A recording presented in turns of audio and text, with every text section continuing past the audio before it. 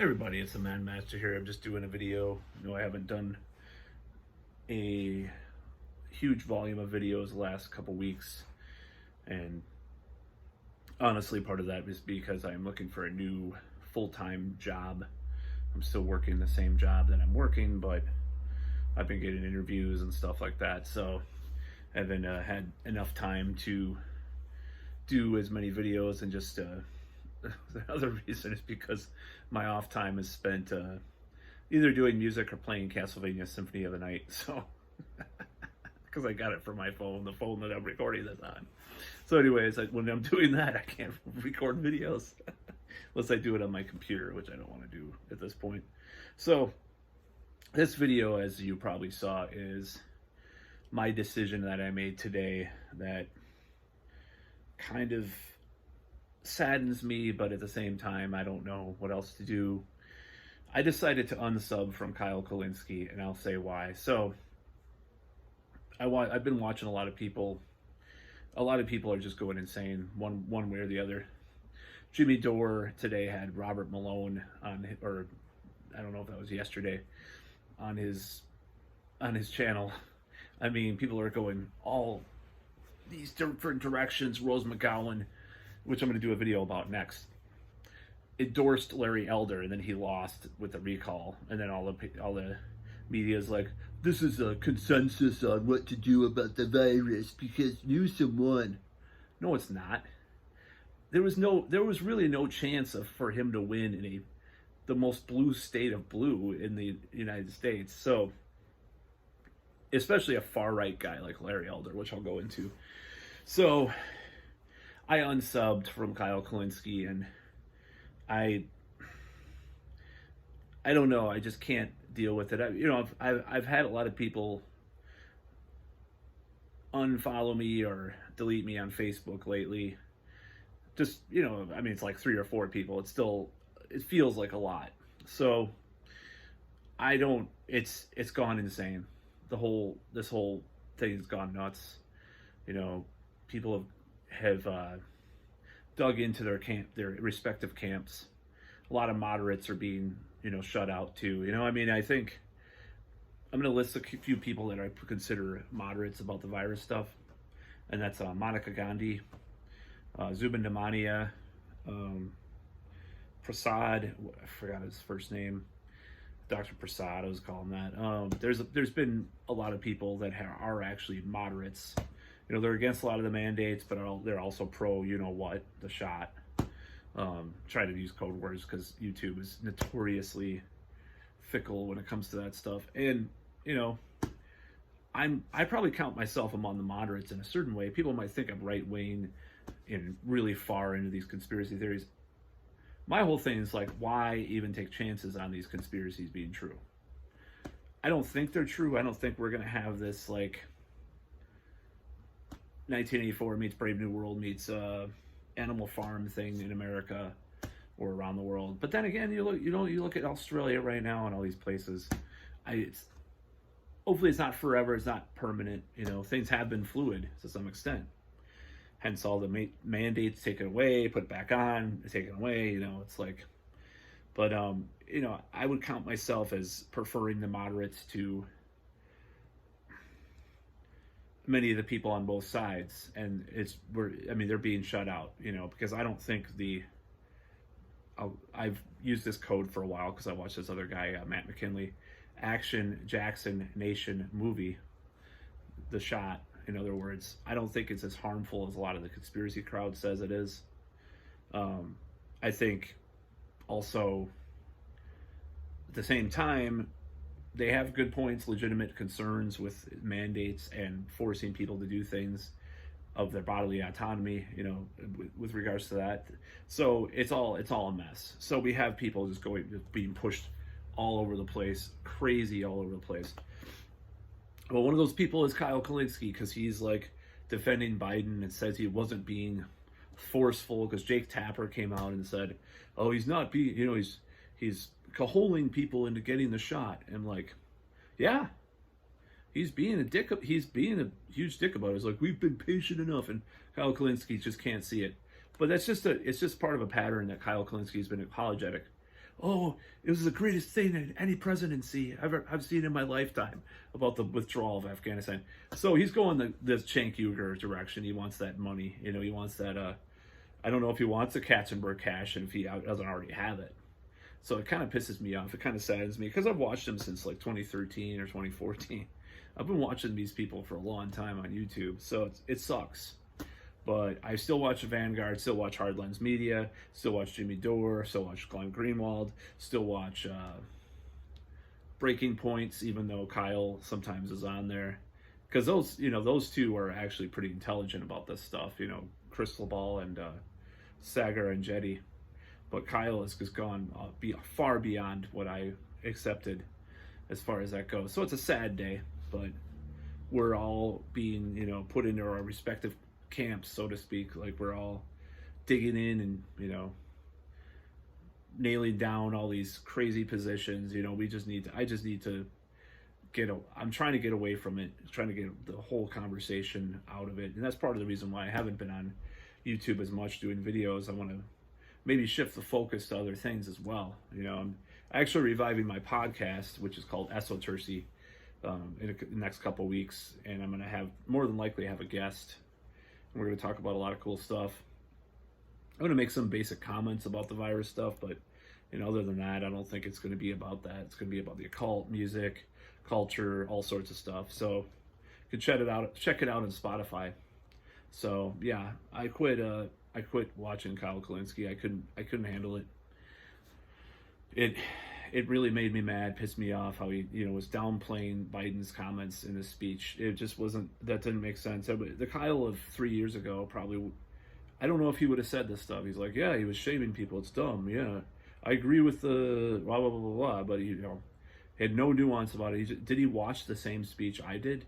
I watched Biden just outright shame people for not taking the thing, and outright, putting it, dividing people, like, being with us or against us on the thing, the V thing. I'll just call it the V thing from now on. And it's kind of sad because I don't think that's the way to win people over.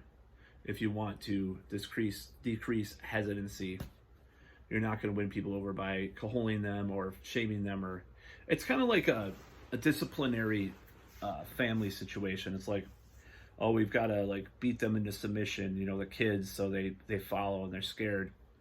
Are they going to follow? Or you see juvenile delinquents, usually a lot of times they're abused. Well, no shit. It's the same concept.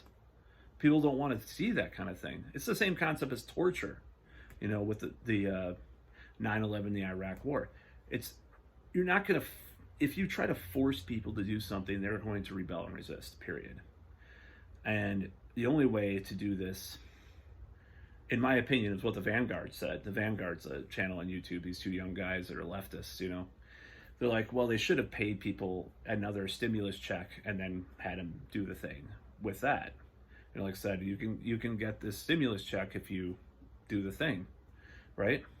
If you're really fucking serious, this is worth so many lives and all this stuff that the media talks about all the time. If it's that serious, I think it's worth $2,000 or $3,000 given to people as an extra stimulus to do this. No mandates, just do that. Mandates are that's the bread and butter of the conspiracy crowd, because when you're talking about forcing people to do this is part of the conspiracy theories. It's always been part of the conspiracy theories. Even the acronym for the virus itself, people have certificate of V identification 19. V as in, the word that I'm not going to say because I don't want to get flagged by YouTube. The Maxine with a V. Maxine was a name. Maxine Waters, right? Or Maxine, The other word that has that word. Put a V in front instead. So, yeah, it's like, you're not going to, it's going to make it worse. There's going to be lawsuits up the ass. And so, just like in this county where we have a mask mandate again, and 75% or some shit have Action Jackson Nation, Maxine Waters, right? I'm just gonna use oh, we're gonna have another mask mandate. Then why get the fucking thing in the first place? Is that gonna encourage people to do it if they have to wear a mask still? No. No, people that are, and I'm not talking about me because I've had the stupid thing, right? I almost regret it at this point with so much bullshit involved with it now. I'm still here though. I'm still standing. In other words, Elton John. We will probably play one of those stupid concerts again, by the way. Global concerts for the Action Jackson Nation. I think there's another one happening. Global something. It's like globalists. You know, I just heard it on the radio. This ad for it. So no, I don't. I regret it in a way getting it because I'm just like I'm part of this camp now. You know, it's like. And I had the Big Johnson's one, you know, by the way. That's my code for something. So, yeah, because I thought it would be a safer one to get, honestly. If I'm just being completely honest, this is how I felt about it. So, yeah, I don't believe in this shaming and coaling and forcing people to do that. And then you had the Italian man himself talking about how he would approve a travel mandate for national flights and trains. I was like, oh my God, how clueless can you be about business, sociology, psychology, as he's been all throughout, right? The guy doesn't know. This is one of the problems. Medical authorities are trying to legislate social things and other things unrelated to medical science. And when you're in your position like he has, it rhymes with ouchie. I'll just say ouchie. I'll just use that code word from now on, ouchie. So Mr. Ouchie says he would approve that. Biden's not going to do it, but and the airline CEOs have been like, and this has been the whole problem. I finally found a word for why these mandates are dangerous in many ways. So I'm not talking about mandates to go to elementary school or to get the polio thing, or you know, people are comparing all these things, and it's just stupid and dumb, and the comparisons don't fit. First of all, and I'll you know, maybe I'll do a BitChute exclusive on the why, because I can't talk about this stuff on here. But the problem with the travel mandates are it would bottleneck the business, it would bottleneck travel and destroy economic stability, because you would have to have this huge bureaucracy to, that's the word bottleneck was what I was looking for, and that's what they were saying, would bottleneck everything, because it's like, oh, you have to scan this new card, this new thing. Of course, that's what they're going for, is a digital one, right? That's the whole conspiracy theory, that they're going to do that. So, of course, with millions of people knowing about these ideas in America, especially, as clueless and as right-winged and as silly as it gets, right? We all know about this idea that this, you know, kind of dystopian vision that people are afraid of. But yeah, having to scan something to go, you know, to go on a flight or go on a train, you know, some new thing other than ID. You know, it's like another thing to slow down travel, especially in this point in time. And by darn well, you know that they would make it, they would try to use it for other. This is the worry. And I forgot, I'm trying to think of the word, but it's like,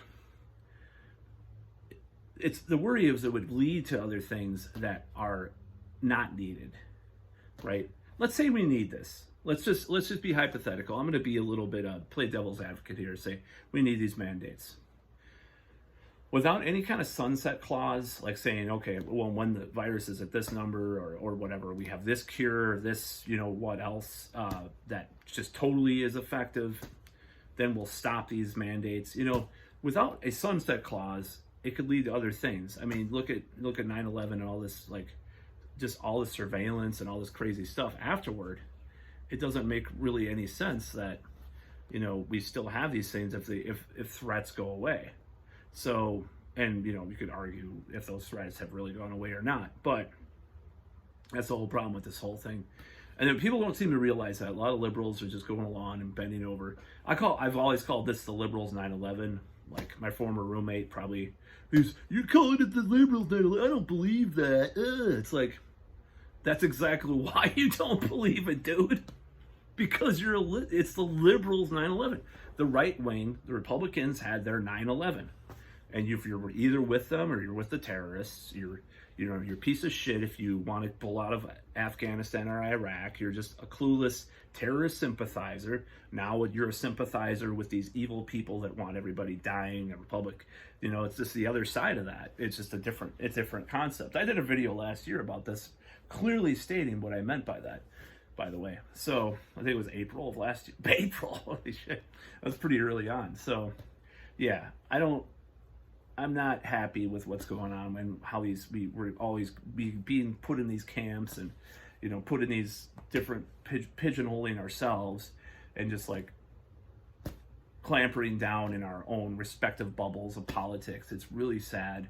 We need to have an open and honest conversation about this and see what our future looks like.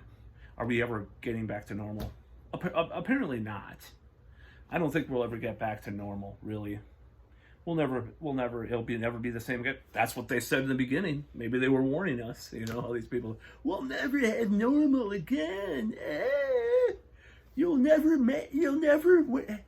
hug anybody again. Yeah.